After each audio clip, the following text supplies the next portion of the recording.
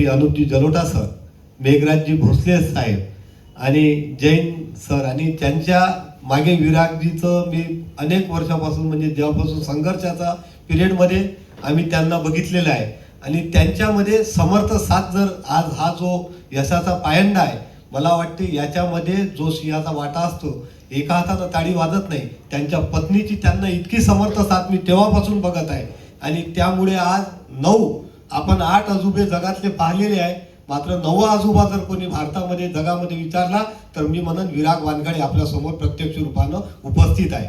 मी विरागजीबद्दल आपण सर्व ऐकलेलं आहे, पाहिलेलं आहे, सगळ्यांना माहिती आहे, जास्त बोलणार नाही. त्यांच्यासाठी एकच सांगतो, एक हिंदी शायरीच्या पंक्ती मला आठवतात, ये मचलते है तो तूफान मचलते है, ये मचलते हैं तो तूफान मचलते हैं, ये पिघलते हैं तो तूफान पिघलते हैं, इन्हें छूने की कभी कोशिश मत करना, इन्होंने करवट बदली तो इतिहास बदल जाते हैं, इतिहास बदल जाते हैं. अशा प्रकारे 9 वर्ल्ड रेकॉर्ड करणाऱ्या या विराग दादांच्या कार्याला मी पत्रकार संघ आणि माझ्या संपूर्ण जितक्या सामाजिक संघटना आहे त्यांच्या वतीने मानाचा मुजरा करतो आणि त्यांच्या पुढील उज्ज्वल वाटचालीकरता शुभेच्छा देतो. जय हिंद, जय भारत. को सराहा जाता है और यहाँ से नाकोड़ा जी की एक यात्रा शुरुआत की थी और नाकोड़ा जी के अंदर संपन्न की. उसके बाद में इन्होंने नाकोड़ा जी के ऊपर, नाकोड़ा जी एक देव का नाम है और उनके वहाँ पर उन्होंने करीबन 200 मूर्ति 18 मूर्तियाँ वहाँ पर खुद ने बनाई अपने हाथ से. और मूर्तियाँ पर वो जैन समाज के अंदर जहाँ जहाँ मंदिर बनते हैं वहाँ पे उनको दिया जाता है. साथ ही जैन समाज के इनका पूरा जैन समाज की तरफ से इनको पूरा सपोर्ट है और उन्होंने एक महा इतिहास करके बहुत सुंदरी नाटिका भी प्रस्तुत की और जो भी बहुत पॉपुलर हुई है जैन समाज के अंदर. और ऐसा भविष्य में विचार है कि इनका पिक्चर, एक छोटा सा पिक्चर बनाने का भी इरादा है. शायद हो सकता है भविष्य के अंदर वो भी सक्सेस हो जाए. और साथ ही इन्होंने पौधा समाज के अंदर, सामाजिक कार्यों के अंदर भी हमेशा ही अग्रसर रहे. आई डोनेशन का तो इन्होंने का पुराना ख्याल था, वो सब लोगों के अंदर अब आज भी पॉपुलर हो रहा है. आपल्या सर्वांचा साथ मी पहिल्या रेकॉर्ड पासून आमच्या सोबत आहात, त्याच्यामुळे सर्वांना धन्यवाद. ईश्वराचे खूप खूप आभार की आज हा जो अविस्मरणीय क्षण आहे त्यासाठी अनुप सरांनी इतके व्यस्त होते ते आम्ही त्यांना बघत होतो 3 दिवस, तरी पण त्यांनी वेळ काढून आले. मेघराज दादा आले, निलेश दादा पण आले आणि हा जो रेकॉर्ड आहे, हे सगळे रेकॉर्ड दिसतात एका दिवसाचं सक्सेस, पण त्यांचं जे डेडिकेशन, डिटर्मिनेशन आणि डिव्होशन आहे तर ते त्यांना फक्त बस माझा हॅट्स ऑफ आहे. आणि मी एवढंच बोलले की त्यांच्या पहाडा एवढ्या कामामध्ये माझा सिंहाचा पण नाही, खारीचा वाटा आहे आणि मी माझे भाग्य समजते की मी त्यांना कुठेतरी काही करू शकते. थँक्यू.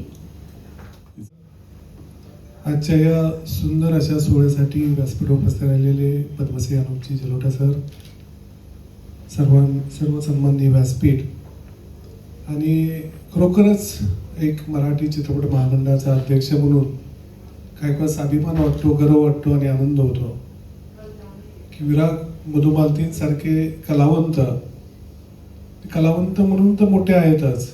मी आपण पाहिलं ते चांगले लेखक आहेत, गीतकार आहेत, गायक आहेत, संगीतकार आहेत, डिरेक्टर आहेत. अशा सर्व क्षेत्रात काम करत असताना एखादा व्यक्ती कलाकार म्हणून मोठा होतो, प्रसिद्ध होतो आणि तो व्यक्तिगत स्वतःसाठी काम करत असतो.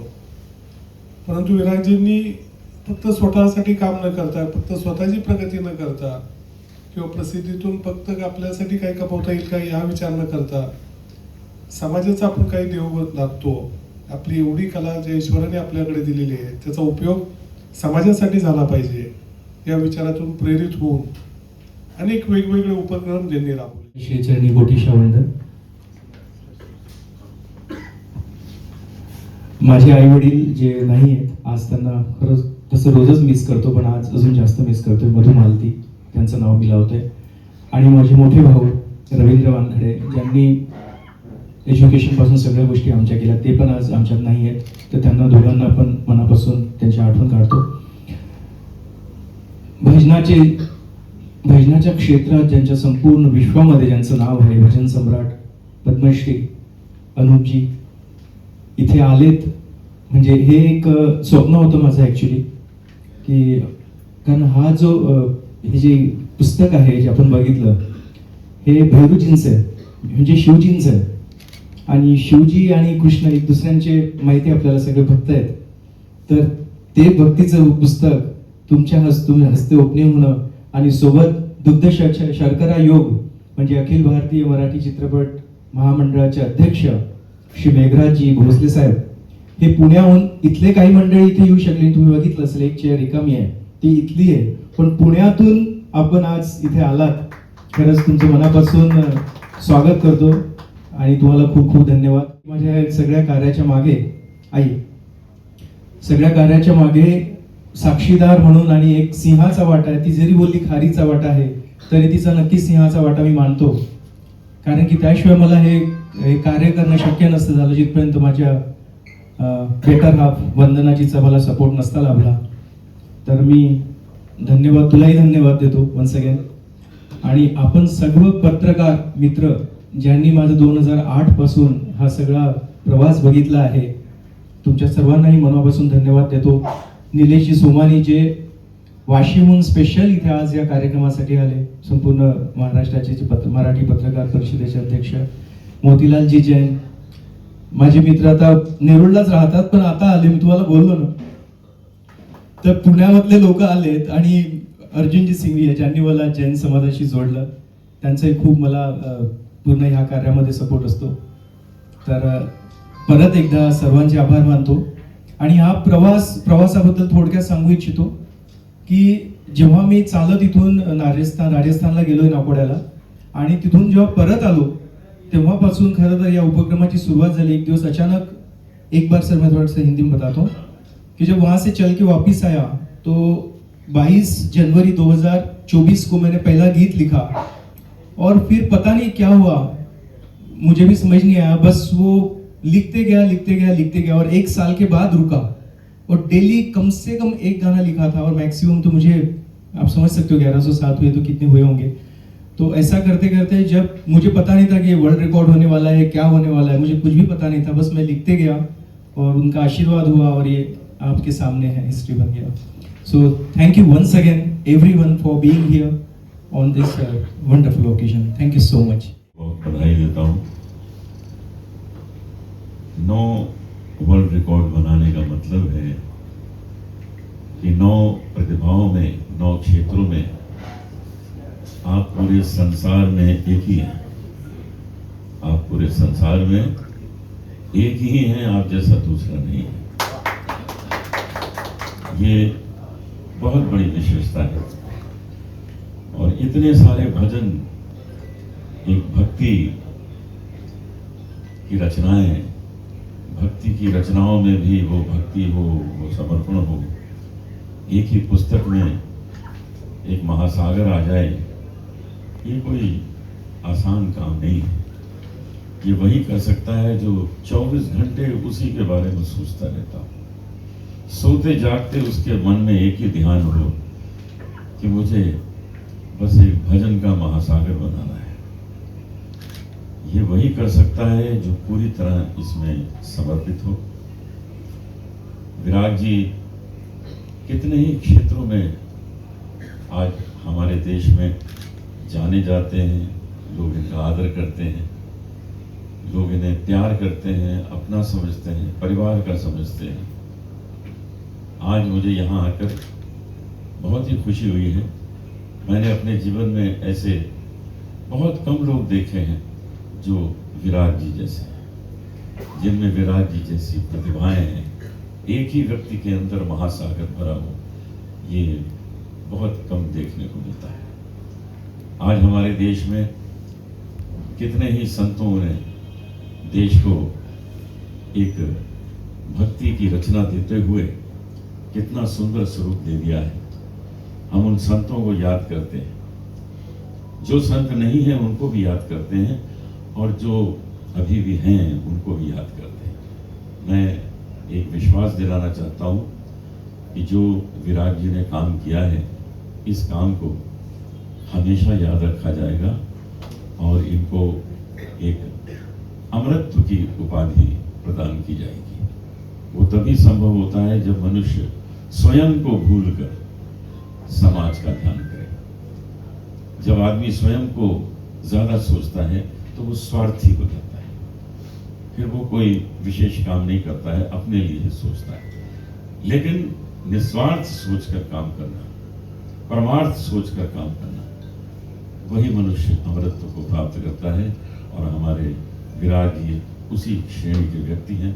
मैं उनको बहुत बहुत बधाई देता हूँ और बहुत धन्यवाद। सबसे पहले तो मैं बहुत आश्चर्यचकित हूँ कि इतने सारे भजनों की रचना करना एक व्यक्ति के द्वारा इतने कम समय में, ये एक विश्व रिकॉर्ड है। और मैं बहुत ही धन्य अपने को मानता हूँ कि इसका रिलीज फंक्शन मेरी उपस्थिति में हुआ है। आज बहुत आवश्यकता है अच्छे भक्ति गीतों की, क्योंकि जिस तरह के गीत आप लोग फिल्म में सुन रहे हैं, आप सब जानते ही हैं, जो मन ही नहीं होता है कि उनको गाया जाए, सुना जाए, बोला जाए, परिवार पूरा बैठ के उसको सुन नहीं सकता है। तो हमें इस तरह के गीतों की आवश्यकता है समाज को सुंदर बनाने के लिए, समाज के मूल्यों की रक्षा करने के लिए। और उसके लिए विराग जी आगे आए हैं, ये काम बहुत अच्छी तरह कर रहे हैं। मैं इनको इसके लिए बहुत बधाई देता हूँ। ओके सर, जैसे आपने बताया कि आज के सिंगर्स मतलब जैसे गाने चाहिए वो बनाते नहीं, आप उन लोगों को कुछ कहना चाहेंगे?